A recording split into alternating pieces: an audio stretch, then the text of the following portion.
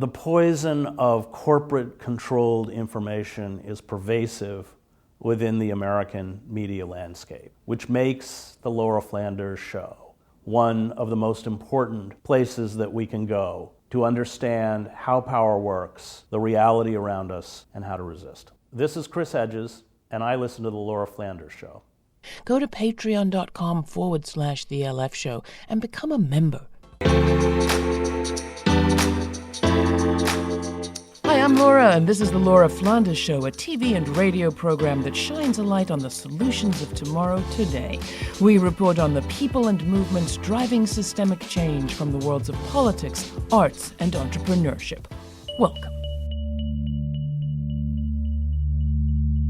The phrase Black Lives Matter began as a hashtag, a media intervention. It has certainly changed the media some. Police killings of black men and women now get more and sometimes better attention than they did when BLM was born half a decade ago. And coverage of the Derek Chauvin trial in Minneapolis reflects some of that. There's more attention to state bias, white violence, black death, and the racist criminalization of black bodies. But what about black life and black feelings? If Black Lives Matter, how are journalists and media organizations considering black pain in their coverage? And how are journalists and editors from across the full spectrum of our media in this country thinking about all this? This week, we are introducing some new colleagues. Sara, Lomax Reese, and Mitra Kalita are the drivers of a new network of black and brown-owned and led community media organizations about which we are going to hear a whole lot more. Their members are telling these stories differently. They're also telling different stories. For example, about processing the trauma and triggers of black pain in the face of the murder of George Floyd, Daunte Wright, Breonna Taylor, and so many more. What they're reporting on numbing out, self-care, and mental health is quite possibly saving lives.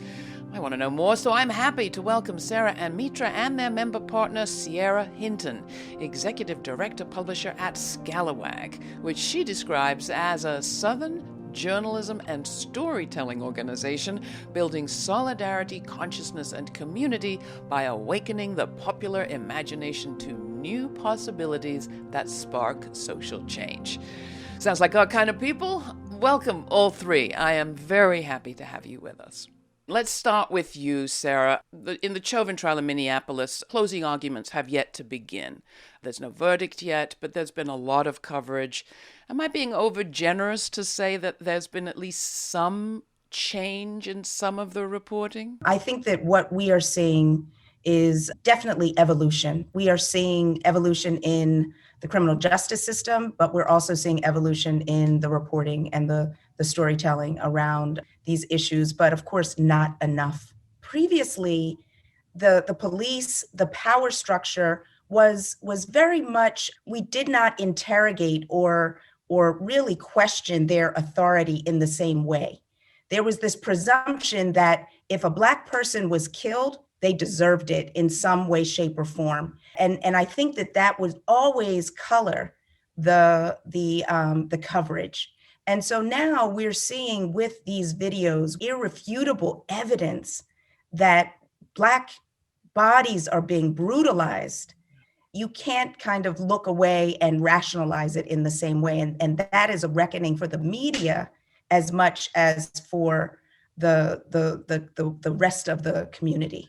Coming to you, Mitra, I mean, there's been very conscious discussion, both in the run-up to the trial and during the coverage of the trial, about showing the tape, the 9:25, the 9 minutes and 25 seconds of that Chauvin knee on George Floyd's neck. I felt like people were going through the motions in the sense of talking about it, but they almost always played it. Do you want to talk about that for a second, Mitra? You've worked inside at CNN Digital. You know a little bit about how these decisions get made. I think it's important to note that in some ways, this is the first news event in 4 years that feels like a collective news event besides Donald Trump.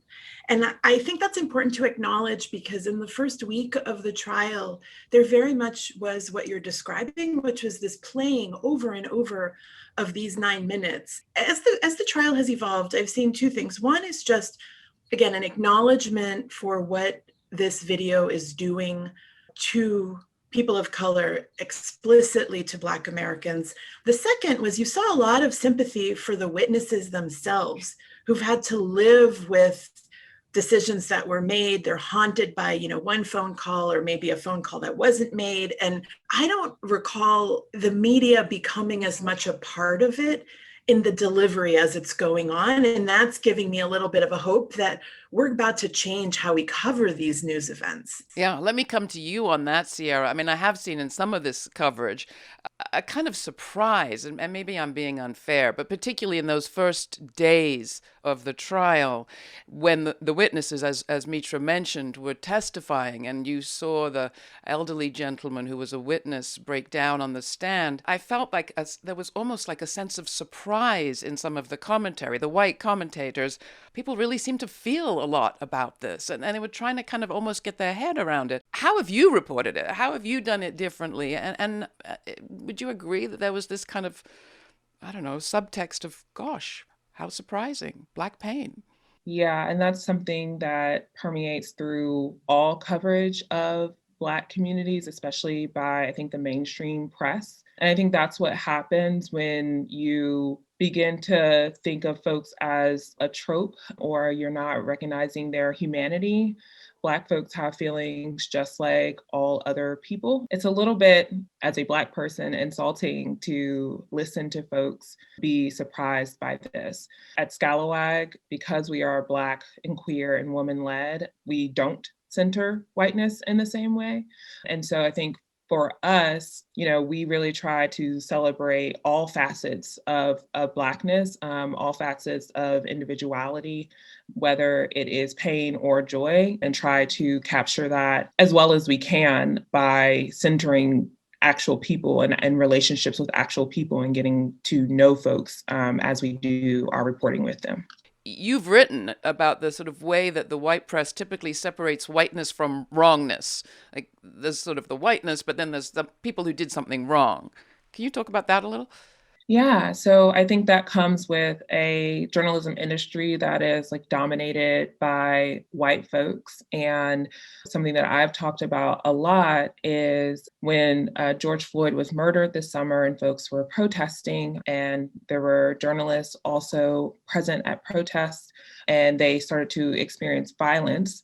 There was just this big uproar within the industry and a cry out for protection of journalists, which was just, again, insulting because, where was that same empathy and sympathy and cry out when it was Black folks being brutalized? Why do we, as journalists, as an industry, consider ourselves separate and apart from people, particularly Black people? And what is this presumption of wrongness about Blackness? I mean, we know what it is. It's anti-Blackness rooted in a white supremacist culture. But how are we seeing this play out in the media? And I think that's a clear example.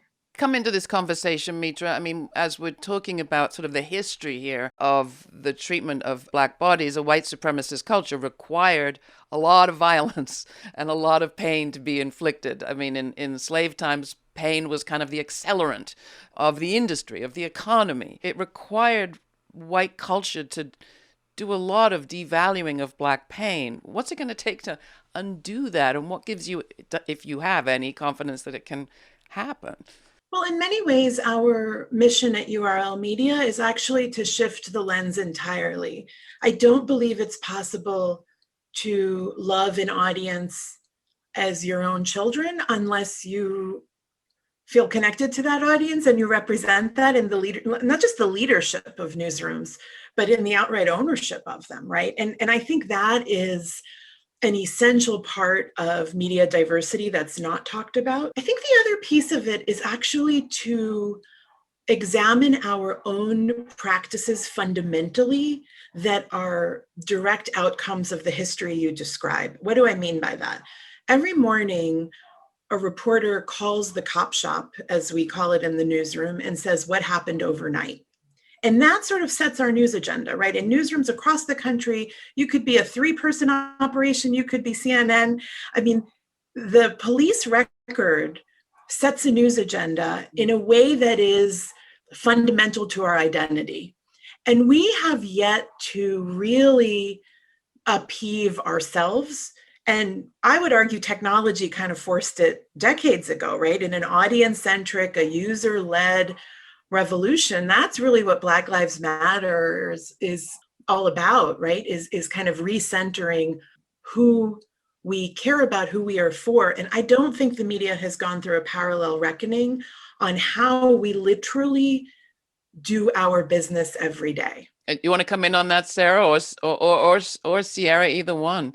I totally agree with Mitra that everything needs to be kind of blown up in terms of how we cover Black and Brown communities, and really coming at all of this from a place of real humanity.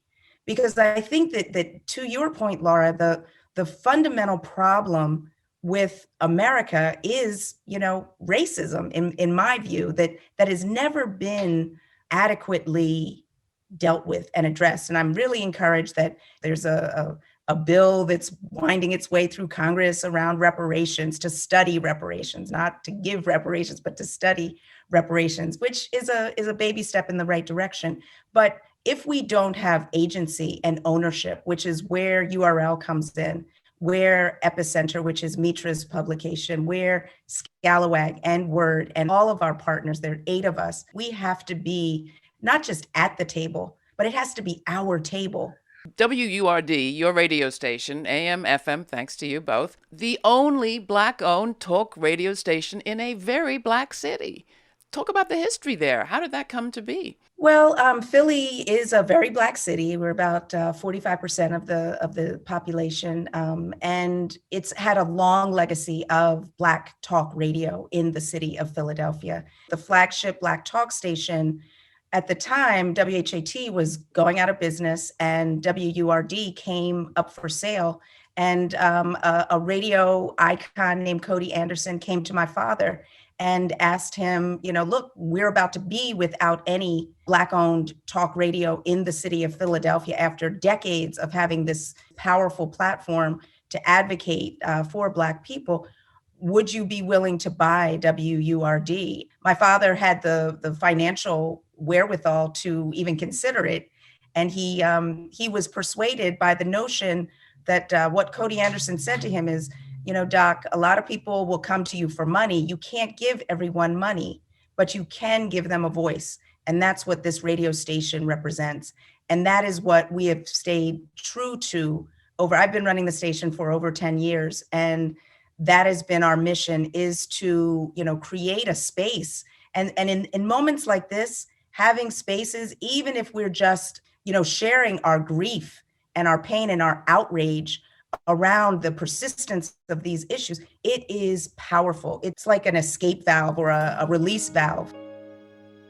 This is the Laura Flanders Show. I'm Laura. My guests this time are Sara Lomax Reese, President and CEO of Philadelphia's own WURD Radio, one of only 3 African-American owned and operated talk radio stations in the U.S., veteran journalist and author S. Mitra Kalita, CEO and publisher of Epicenter-NYC, a newsletter launched during the pandemic, and both are co-founders of URL Media, a new network of Black and Brown owned and led community media organizations, with Mitra serving as CEO. My third guest is Cierra Hinton, the executive director and publisher of Scalawag, a movement journalism organization and a member and partner of URL Media.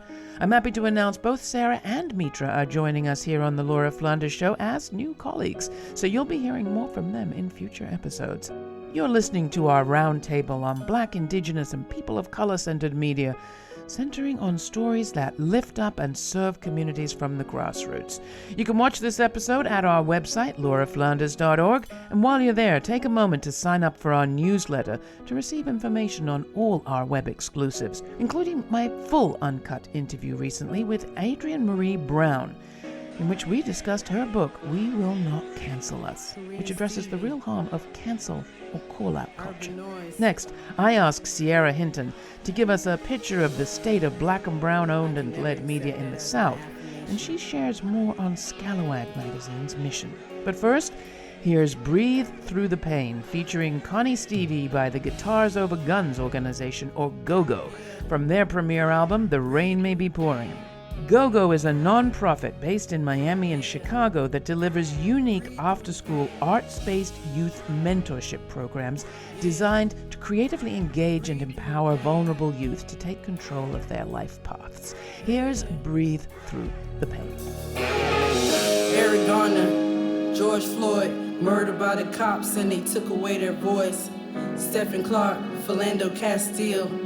I don't know how I'm really supposed to feel. Breonna Taylor, Tony McDade. I pray one day we can heal from the pain. Elijah McClain, I gotta say their names. Karen Gaines, some will never be the same. Tamir Rice, Oscar Grant, Michael Brown, Sandra Bland, loyal to the soil when they died on this land. Some things I will never understand. Freddie Gray, Mercy Mack. Like America been under attack. Some rather spread lies than tell facts. Watch what you speak on the phone, the line's tapped. Yeah, breathe through the pain. Yeah. What's the state of Black and Brown owned and led media in the U.S. South, which is also a very Black place? It is shifting. And I actually think because of social media and the power of folks to have their own platform, more and more folks are joining the space and understanding that it doesn't have to stop on Twitter, right? They can create other means of producing their own media. Scalawag is a movement journalism organization. Movement journalism is not new. Ida B. Wells, Marvell Cook, there are journalists who have been practicing movement journalism for decades, but here recently we have really tried to name that practice. And more we're seeing folks both in and out of the South really start to align with the practice of movement journalism, which is journalism in service of liberation. I know I find completely fresh content there every time I go. I mean, fresh to me and to the media environment in which I'm constantly buried. For example, what have you been covering this week? What have you been writing about recently, you and your colleagues at Scalawag? We focus on like Southern politics, arts and soul, and we have a vertical called Race and Place. And so our work is really expansive. And I would say that a really good example of movement journalism in particular, one of our freelancers, her name is Antoinette Kerr. She wrote a story with Indigenous communities in North Carolina about missing and murdered Indigenous women. And that was something that was going on, and there was a lot of advocacy happening within Indigenous communities, but there wasn't a lot of conversation about it in mainstream and public media. So she worked with these women who have been doing this work for a very long time to get this story out. It actually at first was not going to be placed with Scalawag. It was placed with a mainstream outlet, and they deprioritized it and killed the story. And so she rehomed it with us. Once we published that story, it was picked up by NPR and so many other of these mainstream media outlets, and was really able to push that story to the forefront and shift the narrative and get more and more people talking about it, and move it into the status quo, which we know is how stories tend to become important, right? And then, of course, we see this week Deb Haaland calling for there to be a council on investigating missing and murdered Indigenous women. And of course, like, I'm not saying that like Scalawag's story is the reason that happened, right? But it is a part of why it became important and a part of the mainstream conversation. Mitra, you could have stayed at CNN, you write for Fortune.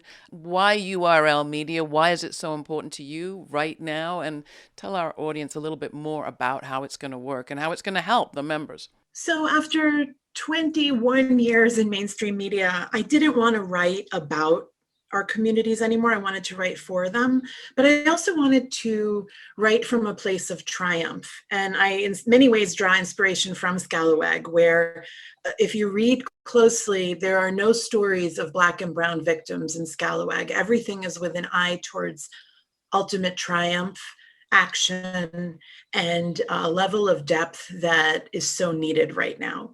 And I also think that the role of communities in our own partnership in journalism and how we practice is really vital. And it just felt like URL Media, because our outlets work in service to their communities. We are literally helping people navigate housing decisions and food insecurity, or when your stimulus check is coming. I mean, literally kind of the utility of life with an eye towards uplifting, respecting, and loving your life, right? This is not a new concept that Sara and I came up with. It has been practiced for years by media outlets in service to their communities. And just one other thing I would add there is that, my outlet, Epicenter, was launched in the middle of the pandemic, where it felt like government was absent from our community in Queens. It was like, does anybody know we're here, we're hurting? We launched with this desire to connect people to each other, to perhaps be some of the answer. And I think that's a really big role for a journalist, to actually get out of the way sometimes and say people also need to find each other. Now let's enable some of the solutions that might stem from that ability to connect with others.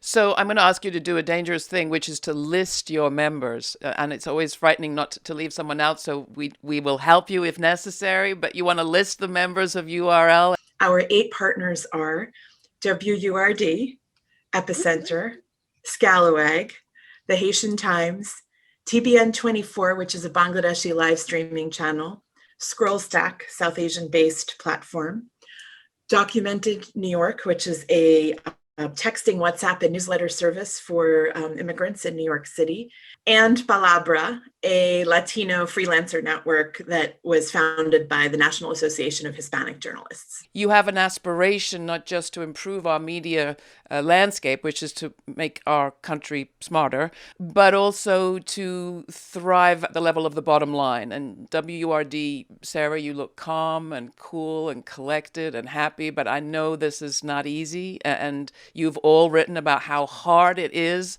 always to maintain independent media outlets, something I know just a little bit about. It's also joyful, and you do it anyway. But URL Media is supposed to help. How will that work? Sara? I am intimately aware of the pain points and the gaps that can exist as you're trying to grow. And so a fundamental component of URL Media is, and Mitra and I as co-founders and entrepreneurs who have media organizations within the URL network, we are creating solutions that we need for our organizations. And so sharing content, like expanding the universe of content that we can feature on our platforms amidst these 8 organizations. So sharing content among ourselves and sharing it out to the broader journalism world and just the world in general. So amplification and distribution are also challenges that we are addressing through URL for our members. But the other really important piece is money. Part of the URL structure is to share revenues that are hopefully going to be additive to our partners' bottom line. So we are working with high performing Black and Brown owned and led media organizations. So they already have revenues, they have audience and all of that stuff. And as a way of collaborating and connecting and joining our efforts, we believe that we are able to increase and the revenue generating opportunities for all of the media organizations. And that will allow us all to move from kind of survival to kind of being leaders and innovators and cutting edge in this media space. It's not easy to do the work that you do. So talk a little bit about the joy that comes from so much complexity. As a Black queer woman myself, it's just an honor and a delight to be able to work with folks who share my identities and share like identities, and really give folks a space and work with them to have a space to tell their own stories in a way that unfortunately has not happened traditionally in media. there's so much pain, and it's usually the pain that gets highlighted, but like there's also just so much joy in being Black, in being queer, in being a woman. And we want to hold space and honor that too. And that's really a part of like honoring folks' full humanity, right? And understanding that as not just the like terrible things that happen in life, it's also the really good things. And that's a part of our history and our future as well. And those things deserve the same amount of space, if not more. We have to leave it there, but this is not the last you're going to be hearing from Mitra and Sara and Cierra and everybody at URL Media and their friends. But for now, I want to thank you for being here and encourage people to check out all the outlets we've mentioned. We'll be back in just a bit. Independent media bring issues to the boil, mainstream inhale the steam. That's what independent editor Phyllis Kriegel of New Directions for Women told me back in the 1990s, and it remains true today. Cierra Hinton of Scalawag talks about the reporting her publication did, looking at murdered and missing Indigenous women and girls at the local level, and how that story traveled from the local to the national, where it prompted policy in D.C. Well, there's another story in Scalawag that I hope will have the same impact. It's by Mab Segrist, longtime anti-racist author and organizer and contributor to this show. Mab takes a detailed look at the men and women from North Carolina, one state, and their role in the January 6th insurrection in Washington at the Capitol. What she finds is a group of anti-abortion activists and long-ignored white supremacists and militia organizers, and a whole load of military-grade weapons distributed to a rather dubiously elected local sheriff, courtesy of a federal program. There's more to it, but my point is, where the national story puts a president and a lot of far-off lawsuits at the center, Mabs puts local people there, both as the solution as well as the problem. She ends by pointing out that a previous generation of violent racists was put behind bars by action locally. That's what independent media can do, put power and responsibility and possibility in local hands. Now, what do you think would happen if we all inhaled that steam?